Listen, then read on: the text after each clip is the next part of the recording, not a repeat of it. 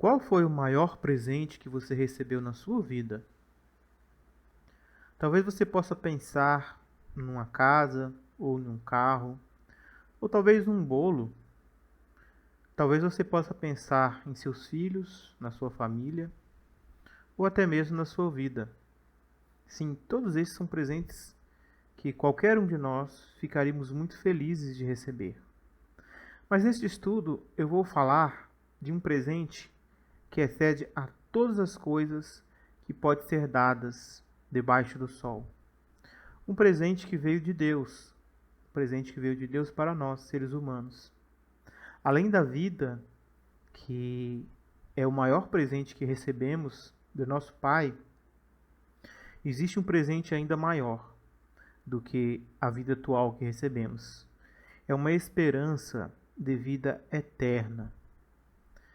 E tudo isso foi possibilitado por meio do presente maior e mais perfeito de todos os outros que nos foram dados, que é o resgate. A morte do Senhor Yeshua HaMashiach para nos trazer vida.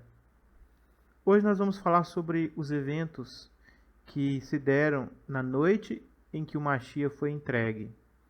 Vamos entender alguns assuntos importantes, pois não podemos falar de festas, moedas, encontros com o Senhor, se não falarmos da principal de todas elas que o Senhor Mashiach estabeleceu. Eu observo que há muitos canais ensinando as festas do Senhor, né? Que é realmente muito importante para edificar vidas. Mas existe uma festa que foi estabelecida pelo Senhor Mashiach, um memorial, digamos assim, que muitas vezes é deixado de lado. Não é falado desse memorial, né? Pelo menos com a grande importância que ele tem. No meu ponto de vista, é a maior de todas, porque é o início de tudo. Não existe, claro que não existe festas maiores que as outras. Todas as festas são importantes para o nosso Deus. Moed, encontros com Deus. Só que esse que o Senhor Jesus estabelece na mesma ocasião da festa de Pêssar, e é diferente porque a festa de Pêssar é uma coisa, o memorial de Cristo é outra coisa, ok? Embora faz a referência da mesma Pêssar, mas Cristo ele não estava acabando com a Pêssar. Não, de forma alguma. Ele estava criando um novo pacto, como vocês vão ver comigo hoje no estudo. E esse novo pacto, esse memorial, ele deve ser relembrado, pois foi o que ele disse para nós. Da mesma forma que Moshe, ao introduzir as 7 festas no povo de Israel, ele sempre disse: fazei exatamente assim, lembrai da Páscoa, lembrai do Shabat, lembrai dessa festa aqui, da festa dos pães. Então, todas as festas bíblicas é precedida depois, né? Precedida e depois falado sobre ela, né? Que as pessoas deveriam lembrar em fazer aquele memorial. Com a Pêssar foi assim, quando nós já aprendemos um pouquinho. Com as festas dos pães foi assim. Com a festa de Shavuot, as festas das semanas, Pentecostes. Com a festa... Todas as festas foram assim. Deus sempre certificou de que o povo lembrasse daquela ocasião e repetisse aquela festa. Da mesma forma, quando o Mashiach, ao cumprir a Páscoa, comer da Páscoa, ele inicia uma celebração que é até um pouco confundida com a Páscoa, porque também na Páscoa judaica tinha esses elementos, né?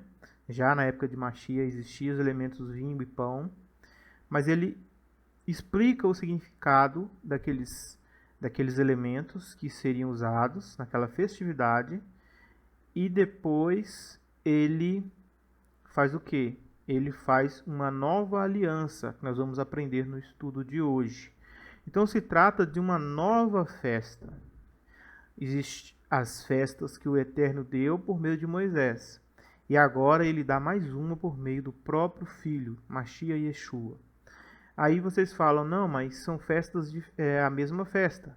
Não é a mesma festa, como também a Páscoa e os pães não são as mesmas festas, embora começa no mesmo período, né? A festa da Pêssar, que é um dia só, e a festa dos pães, que são 7 dias, elas têm diferenças, né? Que nós vamos aprender no canal. Mas elas começam no mesmo dia.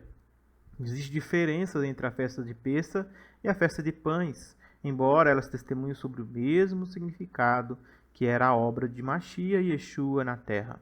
Todas as festas testemunham sobre Jesus, sobre o Messias. E o que o Messias fez por nós, na sua última noite na terra, quando ele se entregou por nós, ele abriu oportunidade para que todas essas festas, esses moedos, esses encontros com Deus tivessem um significado no reino. Nós vamos aprender isso hoje, vamos falar um pouquinho sobre isso hoje. Estou aqui com a Bíblia King James, tá? Vou ler nela, na Bíblia King James.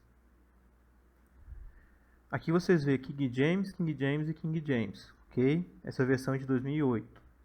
Então eu estou aqui com o texto de Mateus, capítulo 26, que é o relato de Mateus sobre o que Jesus falou na última ocasião em que ele esteve com seus discípulos, né, na refeição. Aqui nós temos Marcos e aqui nós temos Lucas. Então nós vamos ver de 3 óticas diferentes o mesmo evento.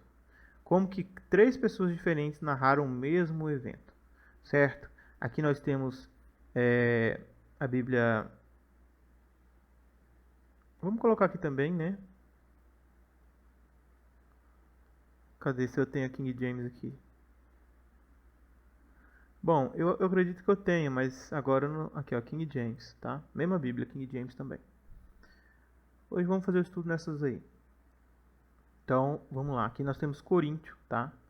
1 Coríntios capítulo 11.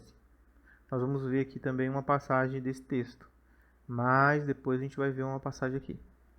Ok? Sobre a ceia. Vamos iniciando então pelo relato aqui de Mateus, né? Que é o primeiro evangelho, né? Então vamos pegar Mateus, Marcos e Lucas. Os 3 evangelhos, né? Que falam sobre este evento. Então vamos lá. Quando que aconteceu este evento? Primeira coisa que eu gostaria de conversar com vocês. Então aqui, ó.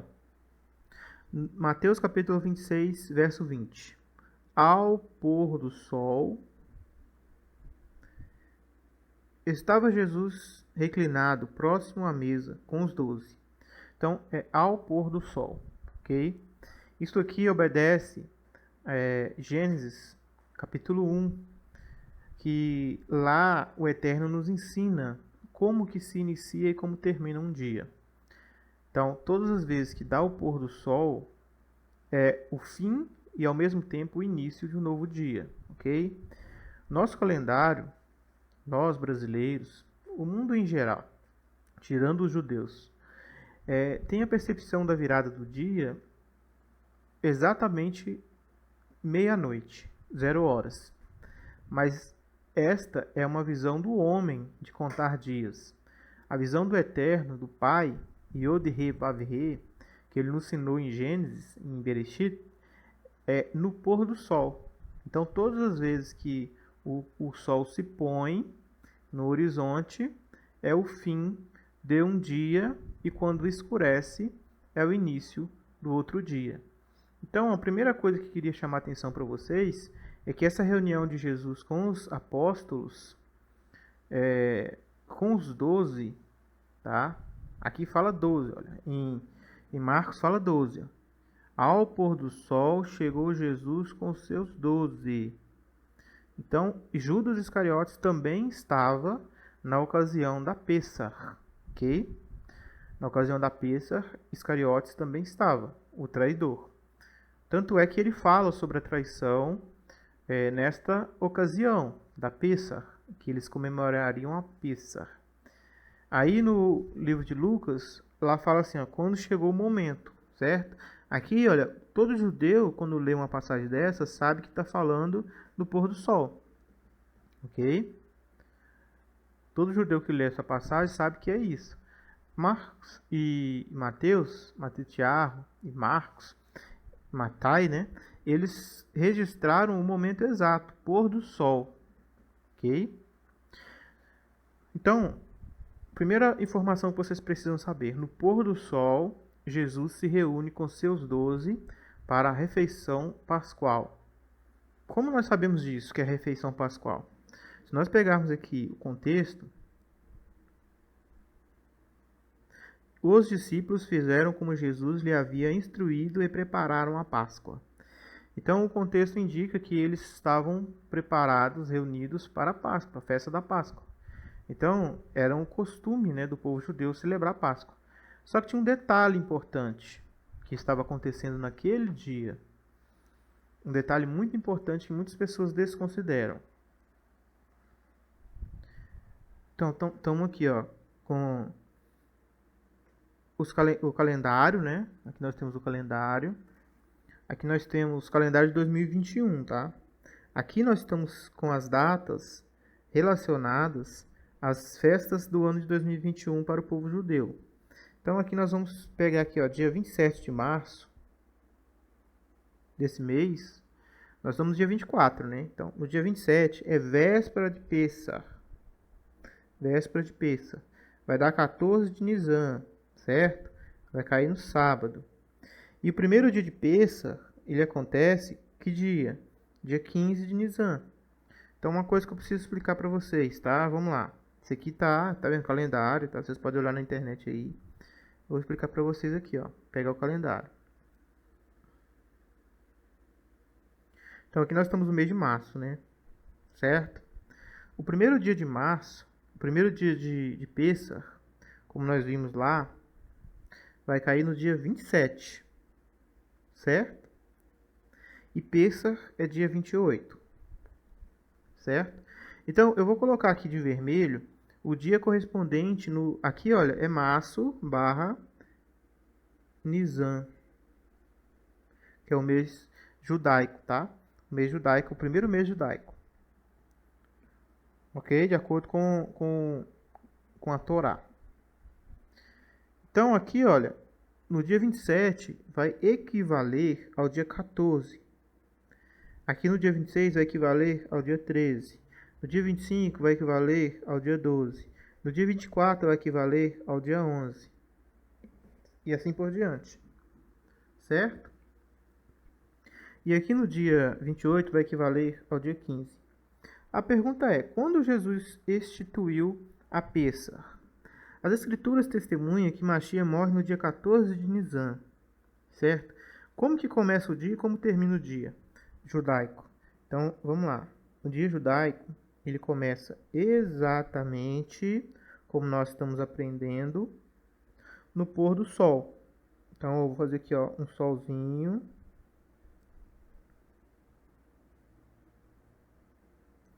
Certo? Quando o sol se põe atrás da montanha, vou fazer aqui uma montanhazinha aqui. Eu não tenho uma cor marrom, então vai ser essa aqui. Tá? Bem didático, tá?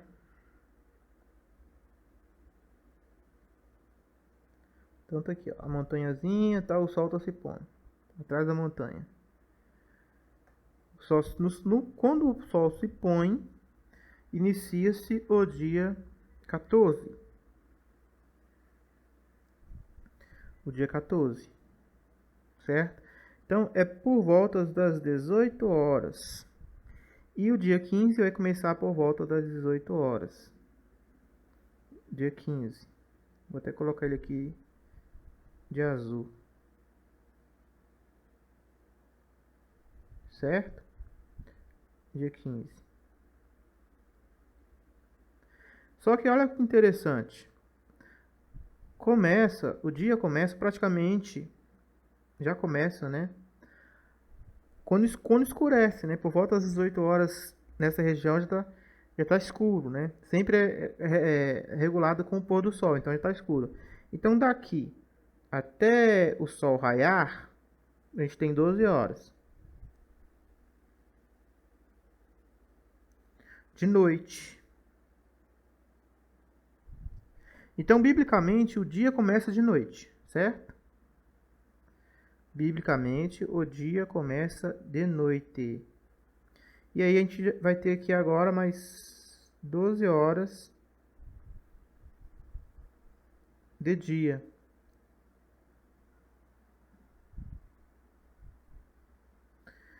Certo. Se é assim, então Jesus ele se reuniu com os apóstolos aqui, ó.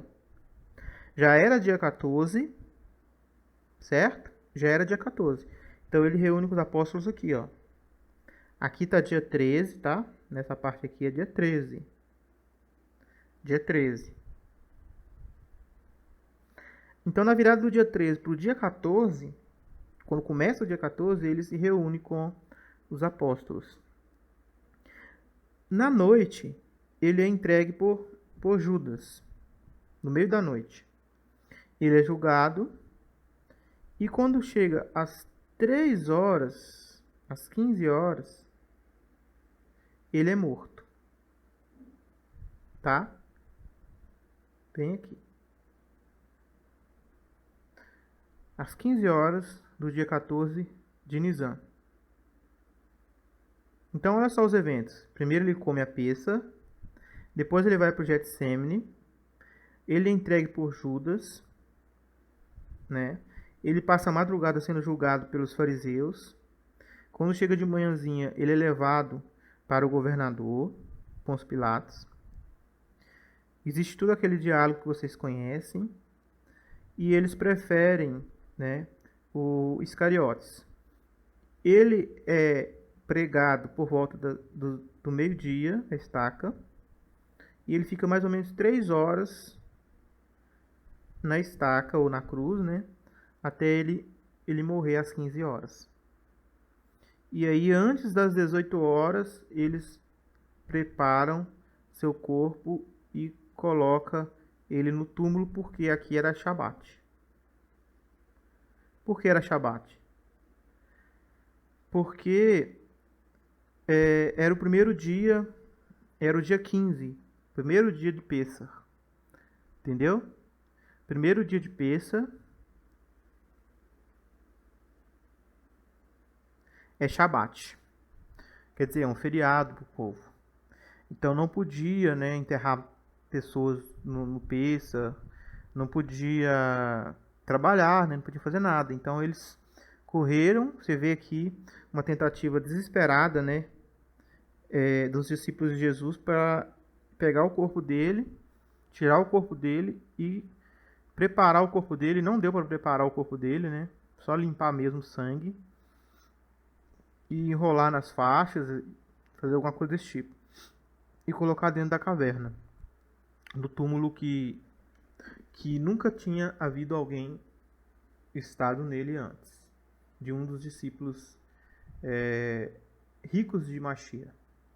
O que isso significa?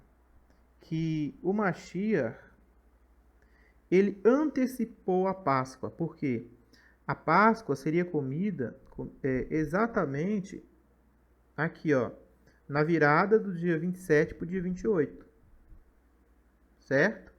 E ele faz a Páscoa no dia 26, à noitinha. É no dia 26 para nós, né? Porque se você levar em consideração que depois das 18 horas já é dia 27 para eles, né? Para os judeus, então ele faz bem no início do dia 27.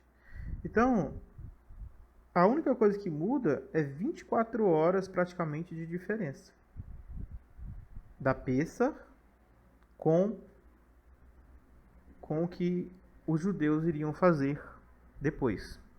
Tanto é que você vê, né, em algumas passagens, eu não vou mostrar nessa ocasião, mas vou só mencionar, que alguns judeus, né, que estavam inclusive julgando o Mashiach, alguns líderes, eles se apressaram, né, para se prepararem para a Páscoa.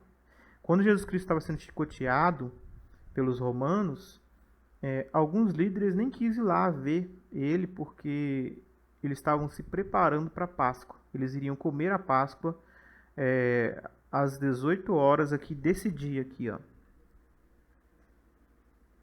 Isso aqui é o dia que Jesus morre, né? Dia 27. E aqui, dia 28 é o primeiro dia dele morto, né? Então aqui nesse ponto aqui, olha, eles comeram, os judeus, né, comeram a Páscoa. Só que Jesus comeu aqui, ó. Certo? Isso aqui poucas pessoas falam, né? Poucas pessoas falam sobre isso. Poucas pessoas explicam sobre isso. Por que que ele teve que antecipar? Porque ele iria morrer no dia 14, às 3 horas da tarde. Então ele precisava comer antes. Como é que ele ia comer morto, né? Não tem como ele comer morto. Então ele antecipa a Páscoa, a Pêssar, e ele inicia uma nova festa, certo? Uma nova celebração, um novo memorial, vamos dizer assim, memorial. Neste mesmo Pêssar, ele também faz uma nova aliança, certo? Então vamos lá. É assim que eu entendo. Vamos voltar para a Bíblia, para vocês agora já entenderam, né? Quando vai ser a Pêssar esse ano? A Pêssar vai acontecer no dia 28, certo? É o primeiro dia de Pêssar, vai ser na virada do dia 27 para o dia 28. Os judeus vão comer a Pêssar, né, nesse dia, certo? Que é do Shabat para o domingo, às 18 horas. Só que o Mashiach, se formos olhar o que o Mashiach fez, ele iniciou no início do dia 27, certo? No pôr do sol do dia 26 para o dia 27, que o Mashiach realiza esta lembrança. Então eu sigo assim, certo? Eu sigo assim. Por que eu sigo assim? Porque, de acordo com o apóstolo Paulo, quer ver? Aqui, ó. Paulo disse assim, ó. Pois eu recebi do Senhor. Quer dizer, Jesus, Yeshua, apareceu a Paulo e deu esse mandamento para Paulo. Veja como que isso é importante que nós estamos falando. Não é simplesmente uma questão de celebrar o Pêssar ou não celebrar o Pêssar, né? Não é o Pêssar que Paulo está falando aqui, ele está falando de outra coisa. Pois eu recebi do Senhor. Então é mandamento de Cristo. Porque ele já tinha dado esse mandamento para os outros apóstolos. Os outros apóstolos que estavam com ele na ocasião da Pêssar, que foi feita 24 horas antes da normal, né, do que os judeus faziam, eles já haviam recebido esse mandamento. Paulo também foi chamado apóstolo, mas ele não recebeu esse mandamento. Então Deus ele providenciou que Cristo explicasse para Paulo também, porque Paulo iria pregar para as nações. E as nações precisariam saber sobre isto, porque é um mandamento. Eu recebi do Senhor. O que ele recebeu? O que também vos entreguei. Então, Paulo recebe de Jesus e passa para a congregação. Na verdade, para as congregações, para as igrejas espalhadas por todo o império. Paulo recebe o mandamento e transmite o mandamento. Por quê? Porque os judeus estavam focados na casa de Israel, enquanto Paulo estava focado na casa de Efraim. Os gentios, né, vamos dizer assim. Então, ele recebe do Senhor, porque na ocasião da Pêssar ele não estava, para receber o mandamento diretamente de Cristo naquela ocasião. Então, Jesus ele precisa explicar a Paulo, depois de sua ressurreição, aquele mandamento, aquela nova moeda, aquele novo encontro. Além dos que os judeus já observam, né, como nós estamos vendo aqui, olha, ainda Jesus ele estabelece mais um moed, mais um dia de celebração, mais um memorial. Aí fala assim, ó, o que o Senhor Jesus, o que ele entregou? Que o Senhor Jesus, na noite que foi traído. Então Jesus, na noite, não foi no dia que ele foi traído, foi na noite que ele foi traído. Lembra que eu fiz para vocês a explicação do dia, né? Aqui, ó, 14 de Nisan, vou pegar grandão aqui agora. Começa às 18 horas e termina às 18 horas. 14 de Nisan. Então eu expliquei para vocês que 12 é noite e 12 é dia. Quando o Senhor Jesus ele fez a celebração das, das, da sua paixão? Na noite que ele foi entregue. Quer dizer, nesse período aqui, ó. O Pêssar judaico, ele foi celebrado aqui, ó, por todos os judeus naquele dia.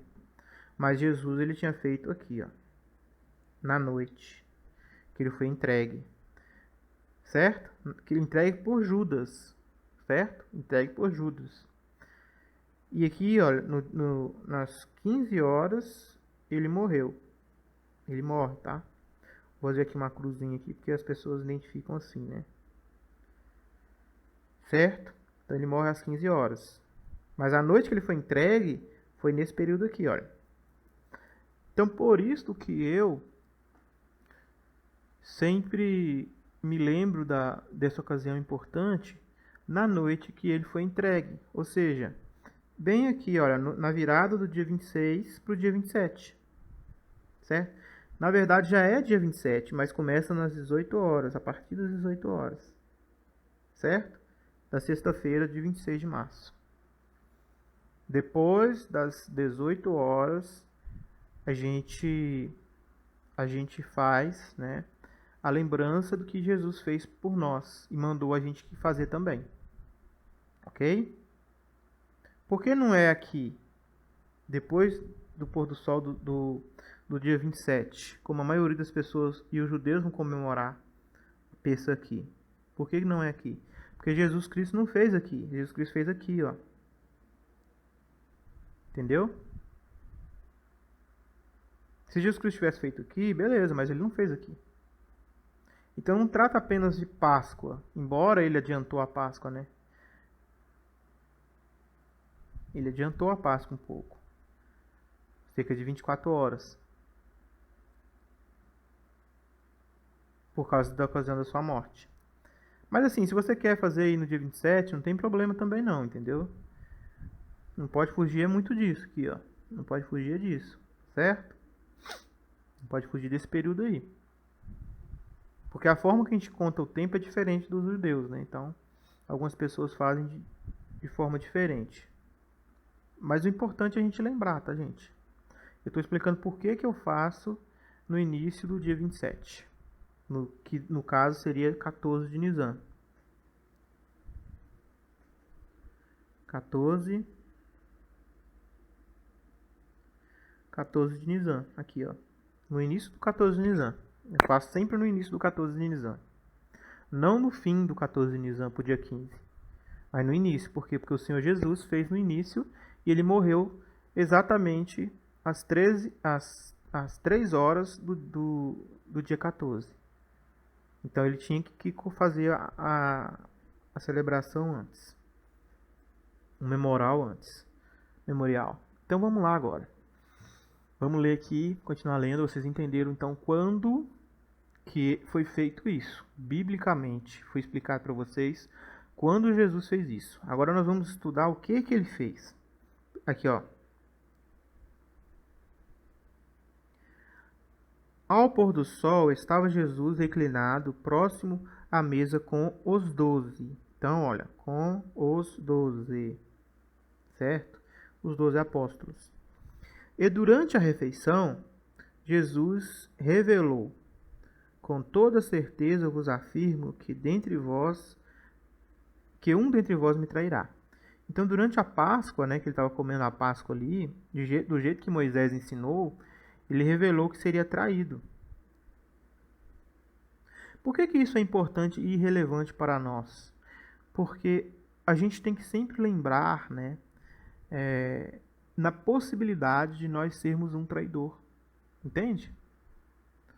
Essa ocasião é uma ocasião que deve nos remeter a pensar nessa possibilidade de sermos um traidor de Cristo. Entendeu o que eu estou querendo dizer? Todos os apóstolos se perguntaram: será que sou eu, Senhor? Será que sou eu? Então é uma ocasião também que nós devemos pensar se nossa conduta, nossa ação tem demonstrado nossa afeição por Cristo verdadeiramente, ou se nós somos apenas um falso Cristo, um falso cristão, alguém que vai trocar Jesus por moedas, alguém que vai trocar Jesus por aprovação humana. Foi o que Judas fez. Ele trocou o Machia, o mestre, o Salvador, por 30 moedas, por bens materiais, pelo reconhecimento dos líderes judaicos.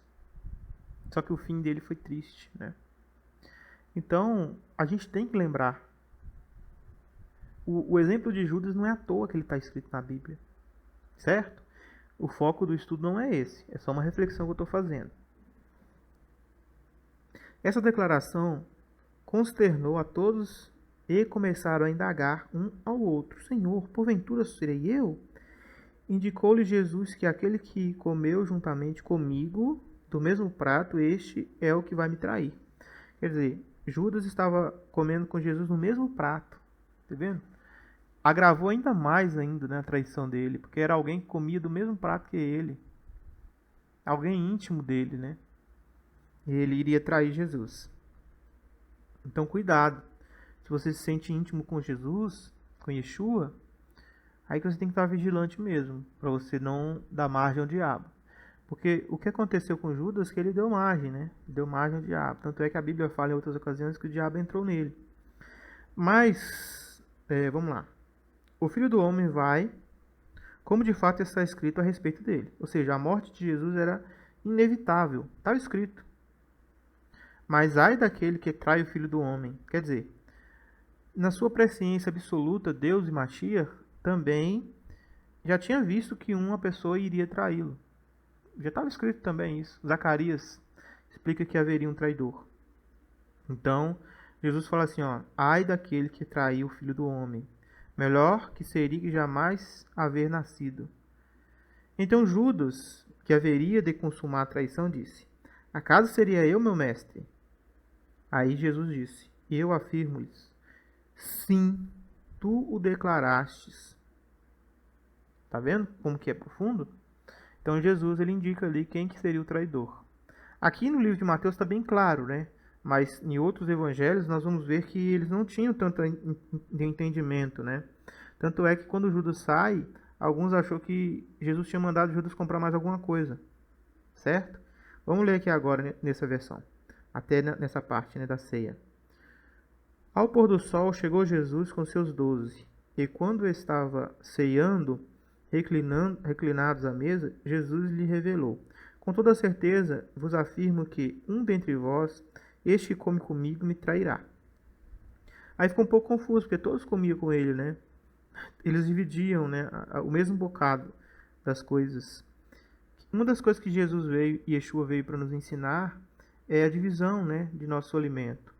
Comer com as pessoas, dividir o que nós temos. E isso aí era uma prática comum, né? Então todos ali comiam com Cristo. Mas teve uma ocasião em que apenas Judas tinha colocado a mão junto com ele para pegar, né, o alimento. Aí, o que acontece? Eles ficaram consternados e lhe afirmavam: é certo eu que serei, Senhor? Será eu, né? Mas atravessou-lhes Jesus, asseverou-lhes Jesus: é um dos 12, aquele que come comigo do mesmo prato. Então Jesus já estava dando toda a pinta, né, de quem que iria traí-lo. O Filho do Homem vai conforme está escrito a respeito dele. No entanto, infeliz daquele que trai o Filho do Homem. Melhor lhes fora jamais haver nascido. Então, quase que é a mesma coisa nos dois textos, né? A gente vê que é muito semelhante. Quando chegou o momento, Jesus e seus discípulos reclinaram à mesa. Então ele lhes revelou: tenho desejo ansiosamente comer convosco esta Páscoa, antes da hora do meu sofrimento. Então Jesus ele falou que tinha um anseio, né, de comer a Páscoa com os discípulos antes do sofrimento. Tá vendo a explicação por que ele faz a Páscoa antes, né? Ele come a Páscoa antes. Pois vos afirmo que não comerei novamente até que ela se cumpra no reino de Deus. Então Jesus aqui ele afirma que ele não comeria mais a Páscoa até que a Páscoa se cumpra no reino de Deus. Então, quando Jesus vai aos céus, então ele não come mais da Páscoa. Entendeu? Não come mais a Páscoa. Até que ele volte quando a Páscoa se cumpra no reino de Deus. Então, qual que é o cumprimento maior da Páscoa? No milênio. Ok? Embora quando Cristo morreu e entregou seu corpo, ele foi o nosso sacrifício pascual, a Páscoa se cumpre no reino de Deus, como está escrito aqui. Vamos aqui ler agora nas outras passagens aqui. Ó. Enquanto comia, Jesus pegou um pão, deu graças, quebrou-o e deu-os aos seus discípulos, recomendando: tomai, comei, isto é meu corpo. Então, sobre o pão, vamos falar um pouco sobre o pão. Aqui falou quebrou-lhe, né? Então, o pão ele não tinha fermento, porque a festividade da Pêssah ela é realizada com pães sem fermentos. Tanto é que se inicia em Pêssah a festa dos pães sem fermentos, pães asnos, né? O que significa isso? Pães sem fermento. Quando nós formos fazermos estudo da festa dos pães, vocês vão entender por que ele não podia ter fermento. Eu vou adiantar para vocês aqui, para vocês entenderem agora esse contexto aqui, mas no estudo eu vou dar mais detalhes. O fermento na Bíblia representa o pecado, então era pães sem pecado. Então o corpo de Cristo é descrito como um pão sem pecado, ok? Um pão sem fermento é um pão sem pecado. Por isso que tinha que ser sem fermento. Desde Gênesis, né, e Bereshit, lá em Bereshit já fala sobre isso. As festas dos pães, que os patriarcas já observavam. Depois, isso é consolidado na Torá, por meio de Moisés, instituída a festa dos pães, né? Uma festa de uma semana, onde é um ciclo completo, né? Que indica também o que Machia irá fazer por nós, ao dar seu corpo e nos comprar como primícias, certo? Então, por isso que quebrou, porque se fosse com fermento, ele não teria como quebrar o pão. Então ele deu aos discípulos e falei: este é meu corpo. Então o pão significa o corpo de Cristo. Certo? É um significado, é um simbolismo, é um símbolo. Então o pão significa o corpo de Cristo. Vamos ler aqui nessa versão. E quando ceava, tomou um pão e, tendo dado graças, olha só, ele pega o pão e dá graças. Ou seja, ele ora pelo pão. Ele faz uma oração sobre o pão. Então, se você quer fazer essa celebração, esse memorial na sua casa, providencie para você pão sem fermento, e aí você vai, né, pegar esse pão, você vai partir com os que estão na sua casa, né, os que vão participar com vocês. E aí vocês vão orar, agradecendo a Deus pelo pão, que é o símbolo da vida do homem, né? O pão dá vida ao homem. E o pão sem fermento dá vida por completo, que foi o próprio Jesus que desceu dos céus. Ele disse no capítulo 6 do livro de João: eu sou o pão que desce dos céus para dar vida. Então esse pão sem fermento representa Jesus, que foi quebrado por nós. Quando aqui fala que o pão foi quebrado e foi distribuído pelos 12, os 12 representam pessoas. Vou falar uma coisa para vocês aqui extremamente profunda, que eu nunca falei em vídeo nenhum. Os 12 representam a totalidade do povo de Deus, certo? Por que teve que ter um traidor? Porque no meio do povo de Deus vai ter pessoas que não vão conviver com o cristianismo. Entendeu agora? E por que teve um apóstolo substituto? O Judas traiu, perdeu e teve que colocar outro no lugar. É porque este é o propósito de Deus. Quando ele chama pessoas para a igreja de Cristo, muitos são chamados, mas infelizmente muitos se comportam como Judas. E essas pessoas vão ter que ser substituídas. Não porque Deus quer, mas porque essas pessoas vão agir como Judas. Certo? É o livre-arbítrio dela sendo usada. Só que Deus, na sua presciência, ele consegue ver que isso vai acontecer. Por isso que o símbolo do povo de Deus é 12. Certo? É o símbolo do povo de Deus. 12 tribos de Israel, 12 apóstolos, certo? E 144 mil, que é uma razão de 12. vezes 12, né? 2 vezes, né? Entendeu agora? Então o que acontece no povo de Deus? O povo de Deus vai ter pessoas que vão trair Jesus e vão ter que ser substituídas. Jesus ele morreu por todos, inclusive por Judas. Entende? Inclusive por Judas. Jesus morreu por todos, inclusive por Judas. E ele foi quebrado por todos. Por isso que ele reparte o pão para todos, inclusive para Judas. Ok?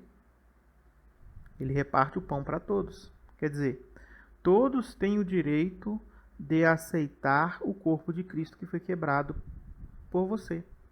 Indiferente se você vai tomar a decisão de Judas ou você vai tomar a decisão dos 11, de ficar do lado de Jesus até o último instante.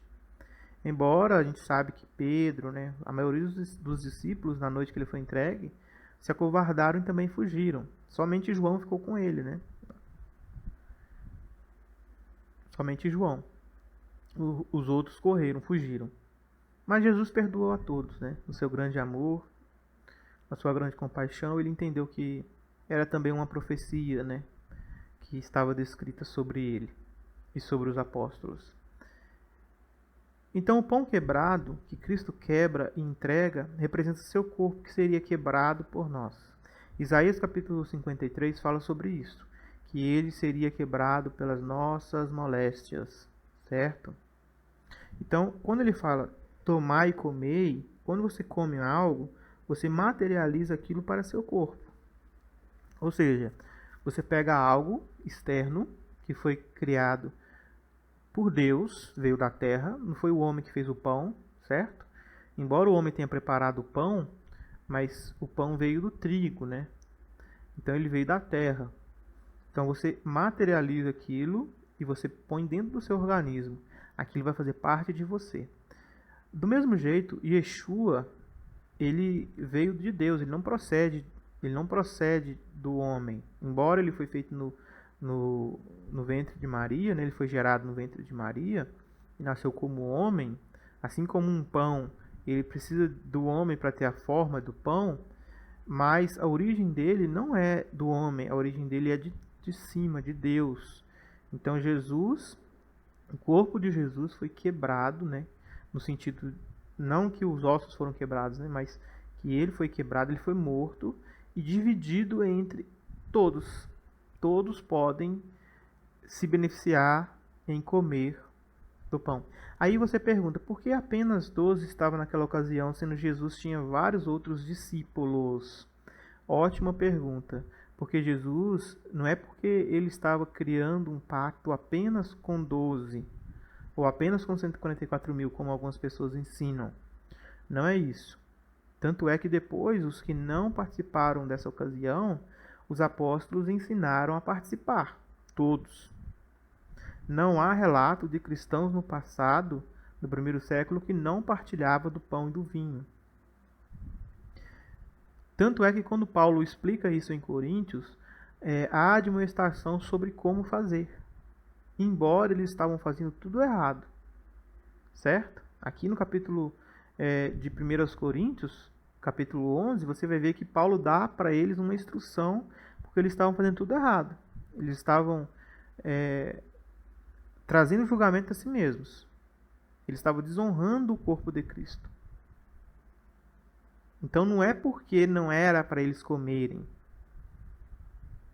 porque eles não discerniram o corpo, porque eles não faziam parte. Não é isso. Todos fazem parte.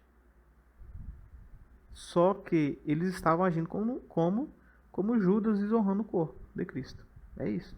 Aí Paulo estava disciplinando eles, instruindo-os a fazer da forma correta, para que eles não pudessem receber julgamento por não discernir o corpo de Cristo. Um dia eu vou fazer um estudo só sobre isso. Então não é que Jesus, Yeshua, estava estabelecendo este pacto com pessoas limitadas.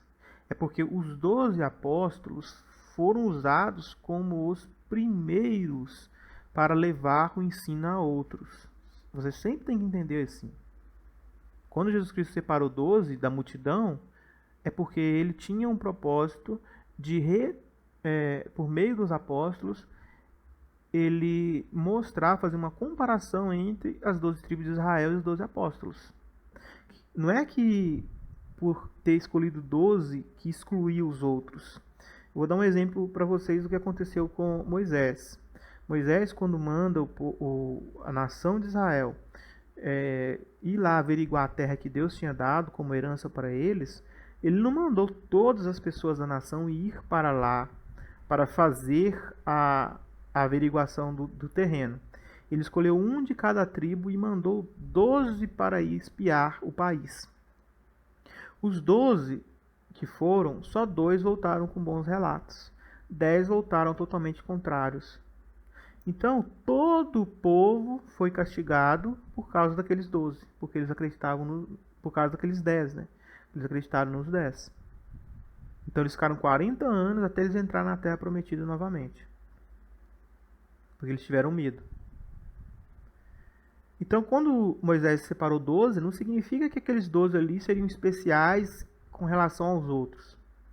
Eles eram apenas representantes. Entendeu agora? Então, quando Cristo ele inicia-se aquela peça, né, e aquele novo memorial com 12, não é porque ele estava excluindo outros. Não, ele estava fazendo igual Moisés fez. Entendeu? Aqueles 12 ali representavam as 12 tribos de Israel, ou seja, a totalidade do povo de Deus. O que Cristo fez com aqueles 12 era para os outros fazerem igualzinho, mesma coisa, todo mundo. Todos tinham que fazer igual. Entendeu? E depois, quando Cristo ainda chama um apóstolo das nações, que é o Paulo, ele ainda se certifica de ensinar Paulo a transmitir aquilo ali para a igreja. Então não tinha separação. O corpo de Cristo, todos que se chamam cristãos, se dizem cristãos, precisam participar. Não tem um certo grupo especial que deve comer e outros não. Não existe isso na Bíblia. Tá? Vamos continuar. Em seguida tomou um cálice, deu graças e entregou aos seus discípulos, proclamando: bebei dele todos vós, pois isto, o que? O vinho, né, que estava no cálice, é meu sangue da aliança, derramado em benefício de muitos para a remissão de pecados. Então, a aliança que está falando aqui é a nova aliança. Então, essa celebração, esse memorial, é a nova aliança se iniciando. Entende? A nova aliança. Essa aliança aqui, olha, embora Jesus Cristo não fala nova aliança, onde nós achamos essa expressão nova aliança? Então nós vamos ter que ir em Jeremias capítulo 31 para vocês entenderem. Jeremias. Isso foi profetizado pelo profeta Jeremias há muito tempo antes, né? Pois sabemos que havia aliança com o povo judaico, o povo judeu, né? Que Moisés fez, certo? E como que Moisés fez aquela aliança? Por meio de sangue. Primeiro, antes de Jeremias, vamos ver Êxodo para vocês verem. Êxodo capítulo 24, versículo 8.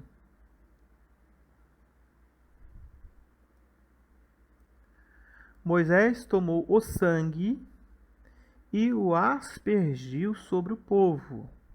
Quer dizer, o sangue derramado pelo povo, sobre o povo. Proclamou: este é o sangue da aliança que Yahweh fez convosco, por meio de todos os mandamentos. Certo? Então, o sangue da aliança que Yahweh fez com o povo, a primeira aliança judaica, né, que os judeus seguem até hoje, que nós também devemos seguir, certo? Foi feita por meio de todos esses mandamentos. Entendeu? Então a aliança que Deus fez foi por meio de sangue e de mandamentos. Sangue e mandamento. Primeira aliança. Aí o povo ficou muito rebelde, né? A gente sabe tudo disso, o que aconteceu, tal. Aí o profeta Jeremias foi inspirado a escrever o seguinte: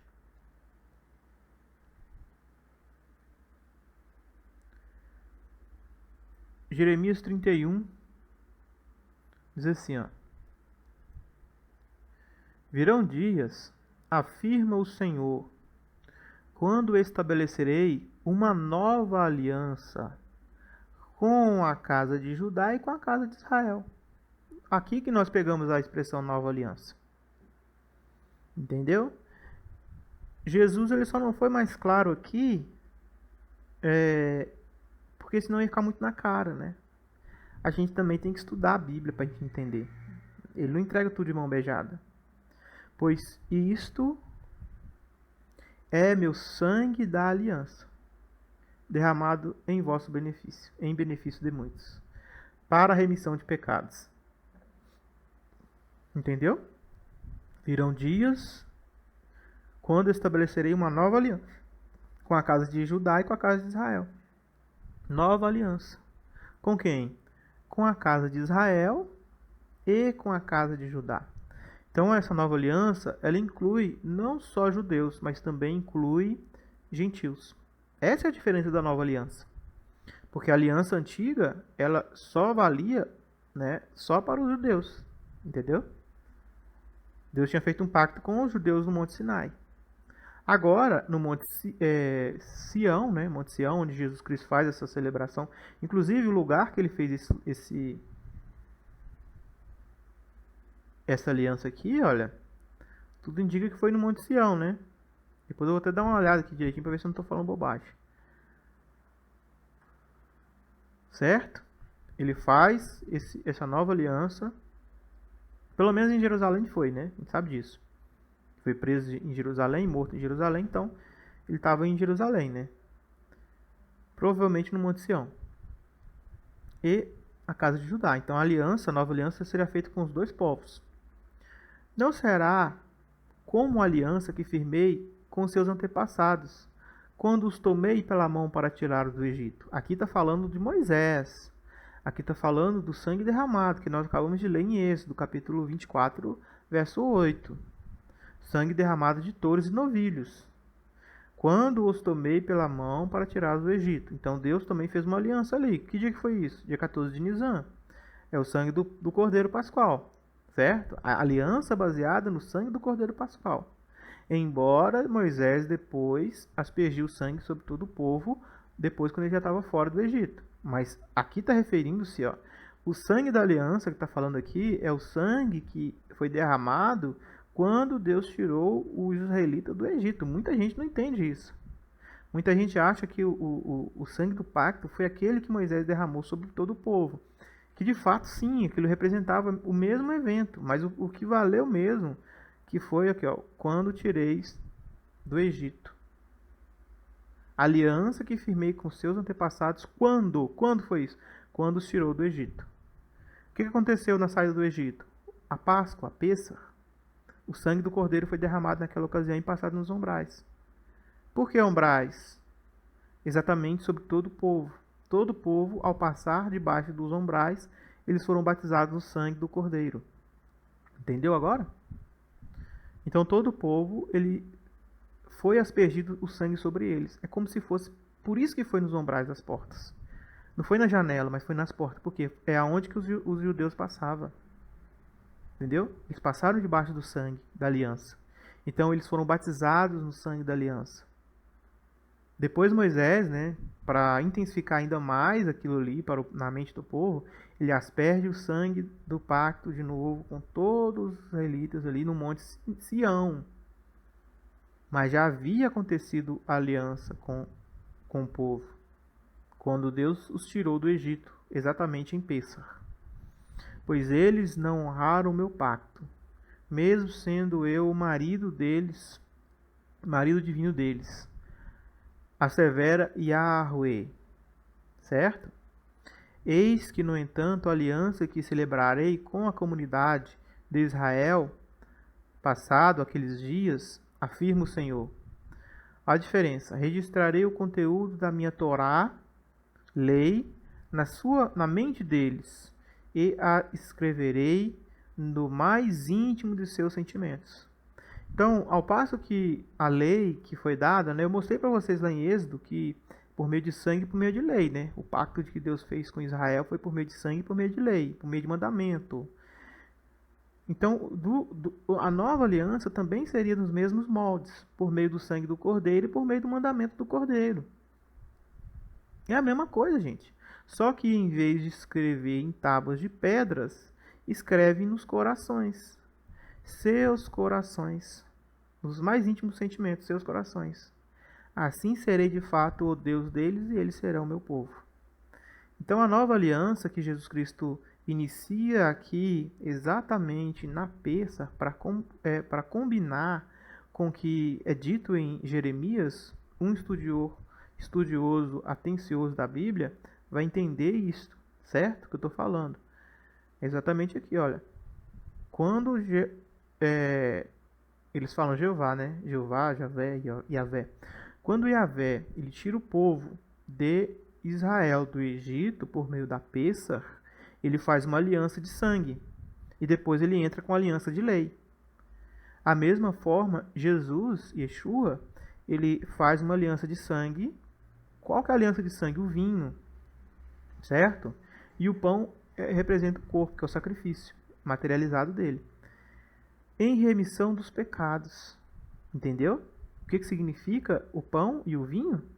Significa uma nova aliança que seria estabelecida entre Israel e Judá e Deus.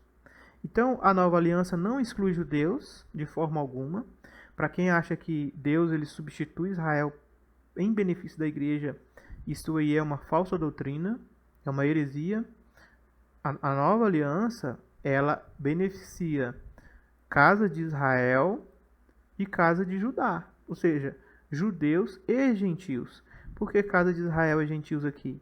Porque a casa de Israel, quando foi dividida em dois, a parte de Judá das duas tribos e a parte de Israel era cabeça Efraim, entendeu? E quando você pega a passagem de Gênesis, o nosso patriarca Yaakov, o que ele faz? Ele coloca suas mãos sobre Efraim e sobre Manassés, que eram os dois filhos de José.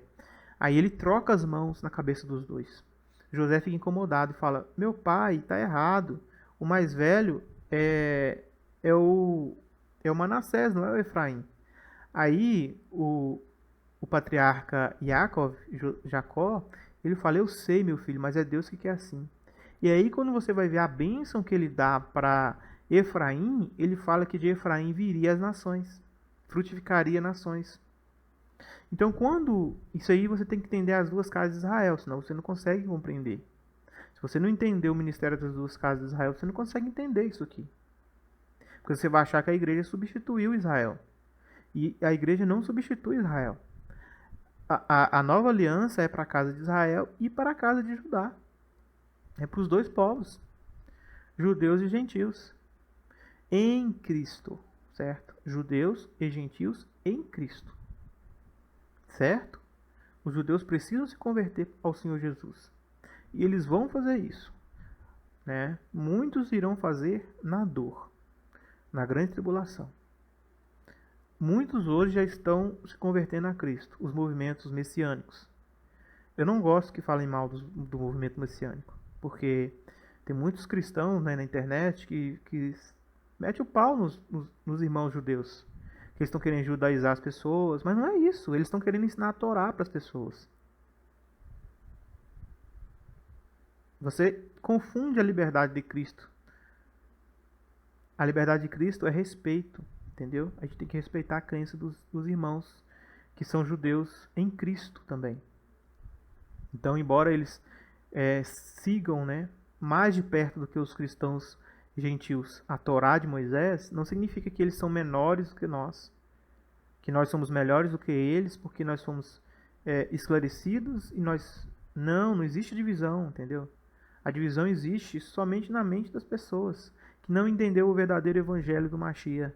Então os movimentos judaico-messiânicos são uma bênção no mundo. Embora alguns às vezes extrapolam e querem forçar gentios a viverem de acordo com os judeus, como Paulo falou para Pedro. E aí não é bem assim que funcionam as coisas. Os gentios têm certas dificuldades de conviver com certos preceitos judaicos. E isso aí vai acontecer até o Mashiach chegar. A gente tem que entender essa divisão. Só que a igreja de Cristo, ela é tanto judaica quanto gentia. E onde está a igreja judaica de Cristo? São os movimentos messiânicos. Então, gente, de ficar dando atenção a pessoas, né, do meio cristão que sentam o pau nos movimentos judaico-messiânicos. É errado isso. Não pode fazer isso. Não deve fazer isso. A gente não deve combater os irmãos em Cristo, judeus, de forma alguma. A gente tem que acolhê-los, como eles também têm que nos acolher. A verdade é que o Cristo gostaria que a sua congregação ficasse unida, né? Ele vai fazer isso, mas no tempo certo, né? No tempo certo ele pega as duas varas, de acordo com o profeta Ezequiel, e une as duas casas, definitivamente, certo? Hoje estamos unidos em espírito, mas um dia seremos unidos como apenas uma só nação, um só pastor e um só rebanho, certo? Então eu sou totalmente contra movimentos cristãos que ridicularizam os judeus messiânicos, que falam que eles querem judaizar as pessoas. Eu entendo assim, se você não está preparado ainda para seguir a Torá da forma que está escrita, não fique também criticando os irmãos que estão se esforçando a praticá-la, certo? Se ainda não está no tempo de Mashiach resolver todas as coisas, então a gente tem que esperar. Viva o seu melhor cristianismo. Siga a sua lei, né, que está no seu coração, da melhor forma possível, sem criticar as pessoas. Certo? Vamos continuar aqui. Então aqui vocês viram o pacto das duas casas. Agora uma curiosidade, só assim de bônus, que eu vou mostrar para vocês aqui, é o que está escrito em Zacarias. O profeta Zacarias, ele fala uma coisa super interessante. Zacarias capítulo 9 e 11. Um dia, quando nós formos fazer o estudo de Zacarias, a gente vai aprofundar sobre isso. Tem uma irmã no canal, né? Está pedindo o estudo de Zacarias. Já pediu o estudo de Zacarias já. A gente não conseguiu fazer, mas a gente vai fazer um dia. Olha o que diz aqui Zacarias capítulo 9, verso 11. Isso aqui é bônus, tá, gente? Quanto a ti, por causa do sangue da minha aliança contigo, haverei de libertar os teus cativos de um poço sem água. Olha que coisa fantástica. Simplesmente por causa dessa expressão. Sangue da minha aliança contigo. Então, gente, o sangue da aliança que Deus tem feito com o povo dele é válido para Deus. Por isto ele nos tira do cativeiro do poço sem água. Entendeu? Por causa do sangue da aliança. E veja que o que acontece com Moisés e com o povo judaico é um prelúdio do que realmente viria como realidade. O sangue de cordeiro derramado, o sangue da novilha aspergido sobre os aviltados, né, a cinza da novilha aspergida sobre os aviltados e o sangue espalhado por isopo, né, sobre as pessoas, pactuando ali com aquelas pessoas uma união com o Criador, ele apontava para algo maior e mais perfeito, que é o sangue da aliança de Mashiach e Yeshua. Vamos lá para vocês verem aqui. Hebreus capítulo 13. Quando Paulo também fala... Paulo não, né? O escritor de Hebreus, né? Não sei se... Não foi Paulo, não. 13, 20. Diz assim, ó.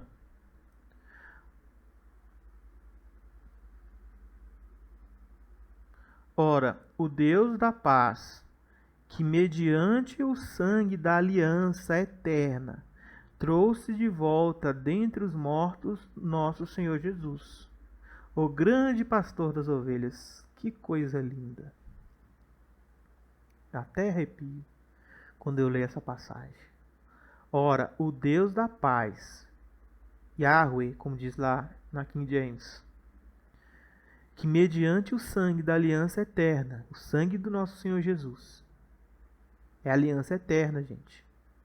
Essa é a aliança eterna que foi prefigurada por meio daquela primeira aliança, Não que ela não tenha valor, porque ela testemunha da aliança verdadeira e maior que é o sangue de Jesus. Entende? A primeira aliança, ela não foi porque ela perdeu o seu valor, não é isso. Ela não perdeu o seu valor. Porque como que algo que dá testemunho de Machia perde seu valor? Não tem como. Só que o que nós devemos entender é que ela não é mais importante do que o sacrifício verdadeiro que Deus deu pela humanidade, que é Jesus. Mediante o sangue da aliança eterna, trouxe de volta dentre os mortos. É interessante que o sangue de Jesus é tão precioso que até serviu para trazê-lo dentre os mortos novamente à vida. Ao comprar todos com seu sangue, ele ganha direito também de ter a própria vida. Por isso ele é o autor da vida. Entende? A Bíblia fala que Cristo é o autor da vida, autor da salvação, agente principal, agente da nossa fé.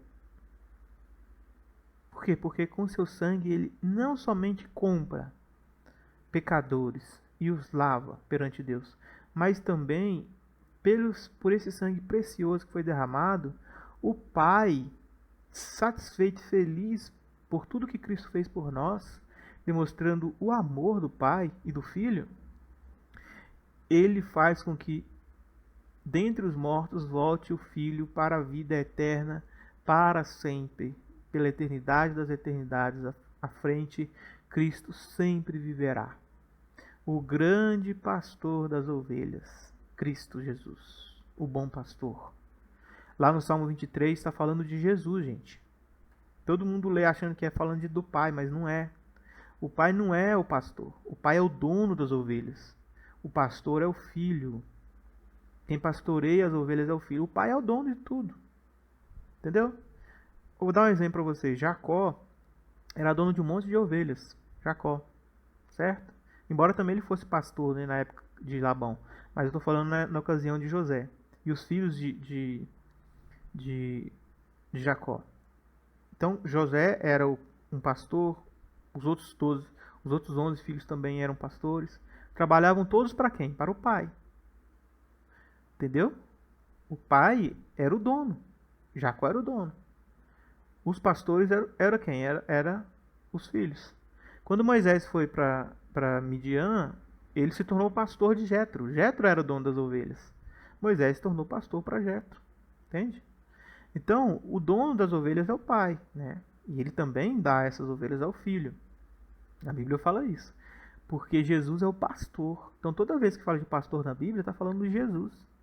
Eu sou o bom pastor. Aqui está falando, ó, o grande pastor das ovelhas. O Senhor é meu pastor. Esse o Senhor aí é meu pastor, está falando de Jesus. É Ele que leva o povo de Deus durante o Egito, durante a nação de Israel, agora como igreja, também tendo misericórdia com o povo judeu, fazendo eles voltarem para casa. Coisas maravilhosas acontecendo. Jesus no comando de tudo. E Deus sobre todos. Isto é o sacrifício de resgate de Jesus. Veja que aqui está falando do sangue da aliança. Vamos ver outra passagem também que fala sobre o sangue da aliança? Agora, Hebreus capítulo 10. Hebreus capítulo 10, verso 29. Julgai-vos, quanto maior castigo merecerá quem feriu os pés do Filho de Deus, profanou o sangue da aliança, pelo qual foi santificado, e insultou o Espírito da graça. Olha aqui. Aqui está falando que o sangue de Jesus é o sangue da aliança, que nos santifica.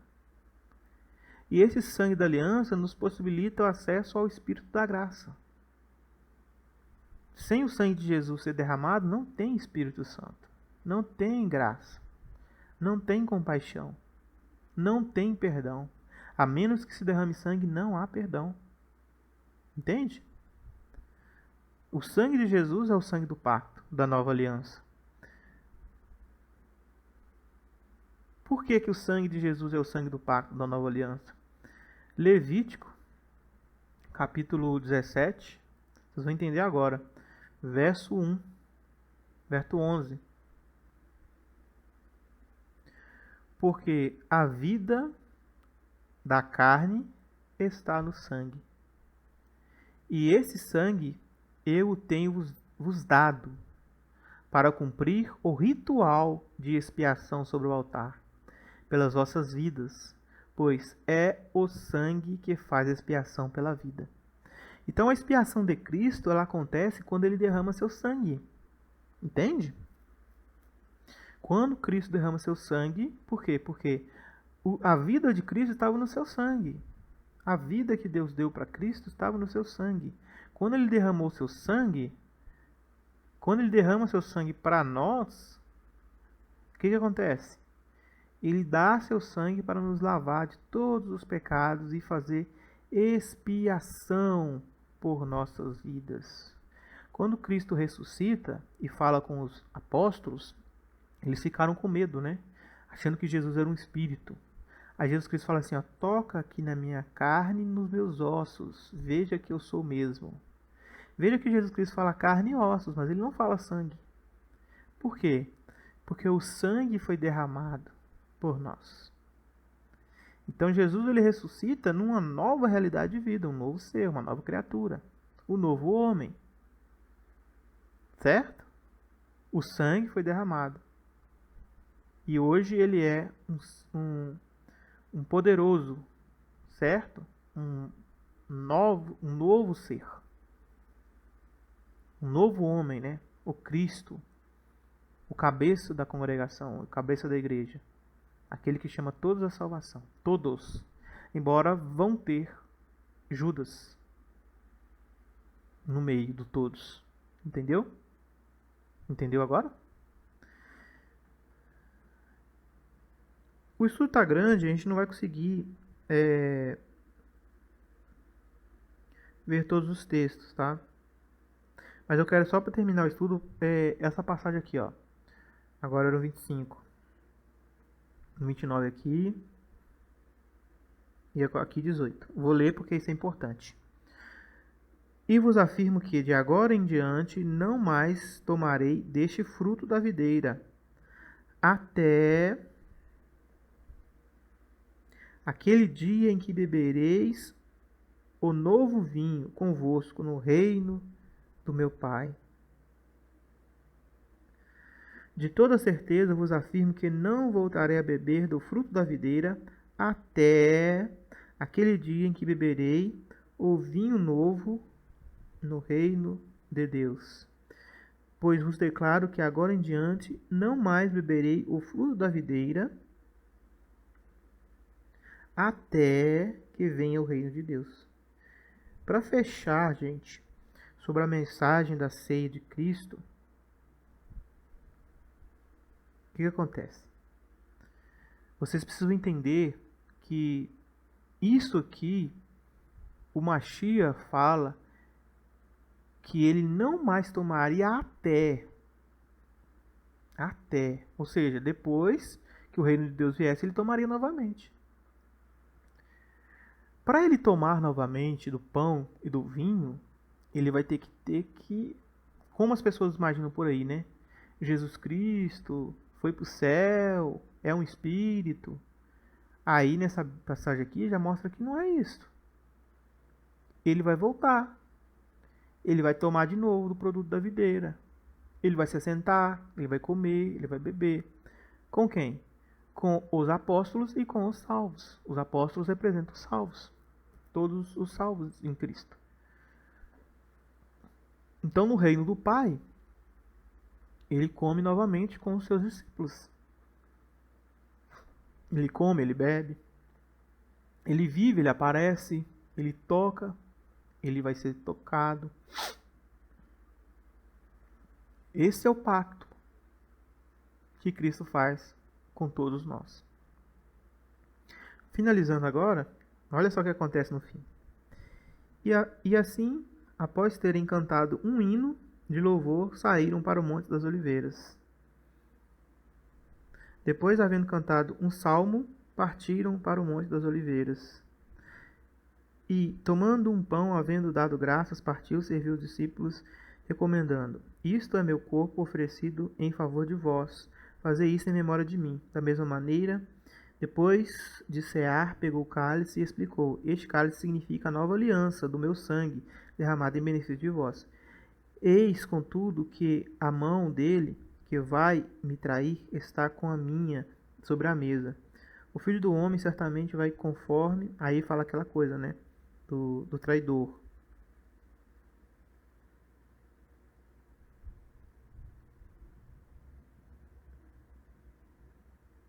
Ok? Então é isso. Persistir em fazer isso em memória de mim, né? Ele falou. Persistir em fazer isso em minha memória. Ok? Finalizando o nosso estudo, agora eu já falei isso 3 vezes, né? Mas agora é finalizando mesmo. Por que nós vamos usar esse texto aqui? Para vocês entenderem a importância da ocasião.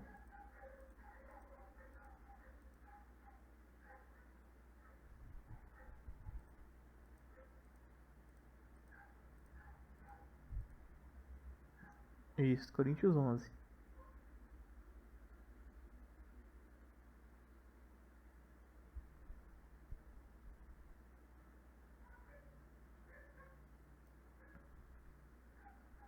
Aí ele fala sobre a mesma coisa, né? Recebi do Senhor que também vos transmiti. Na noite que Jesus foi traído, ele deu pão, deu graças, partiu, tomai dizendo: Este é o corpo que é partido por vós. Fazei isto em memória de mim. Fazei isto em memória de mim. Ó, Lucas 22:19. Fazei isto em memória de mim. Certo? Fazei isso em memória de mim. É um mandamento, gente. Semelhante também, depois de cear, comeu pão, tomou o cálice, né, de vinho, dizendo: Este cálice é o novo testamento, o novo pacto do meu sangue. Fazei isto todas as vezes que beberdes, em memória de mim, tá vendo? Ó? Em memória de mim. Quer dizer, lembre isso na minha memória. Agora olha o que Paulo fala. Isso Jesus não falou, isso é Paulo que está falando. Porque todas as vezes que comerdes este pão e beberdes este cálice, anunciais a morte do Senhor até que ele venha. É bíblico, gente. Aí você fala assim: eu sou um pregador das boas novas. Eu prego as boas novas. Se você não toma do pão e não bebe do vinho, você não está anunciando nada. De acordo com o apóstolo Paulo. Porque todas as vezes que comerdes este pão e beberdes este cálice, anunciais a morte do Senhor até que ele venha, até que venha. Então nós precisamos anunciar a morte do Senhor até que ele venha, anunciar o resgate do Senhor até que ele venha. Quando fala morte aqui, está falando resgate, tá? O contexto aqui está falando sobre resgate, sobre remissão de pecados. Então, todas as vezes que você toma do cálice e come do pão, nessa ocasião importante, você está lembrando do que Jesus fez por você, do que o Pai fez por você. Entendeu? Para isso, você precisa fazer com dignidade, tá? Senão, olha aqui, ó. Portanto, qualquer que comer este pão e beber do cálice do Senhor indignamente, será culpado. O que significa isso? No próximo vídeo eu vou explicar exatamente o que significa isso, tá bom? Espero que esse estudo tenha edificado tua alma. Espero que você se esforce em fazer essa lembrança do Senhor Jesus, Machia. E no próximo vídeo eu vou explicar sobre comer indignamente. E também eu vou explicar por que comer do pão e do vinho, certo? Que a graça e a paz seja com todos vocês.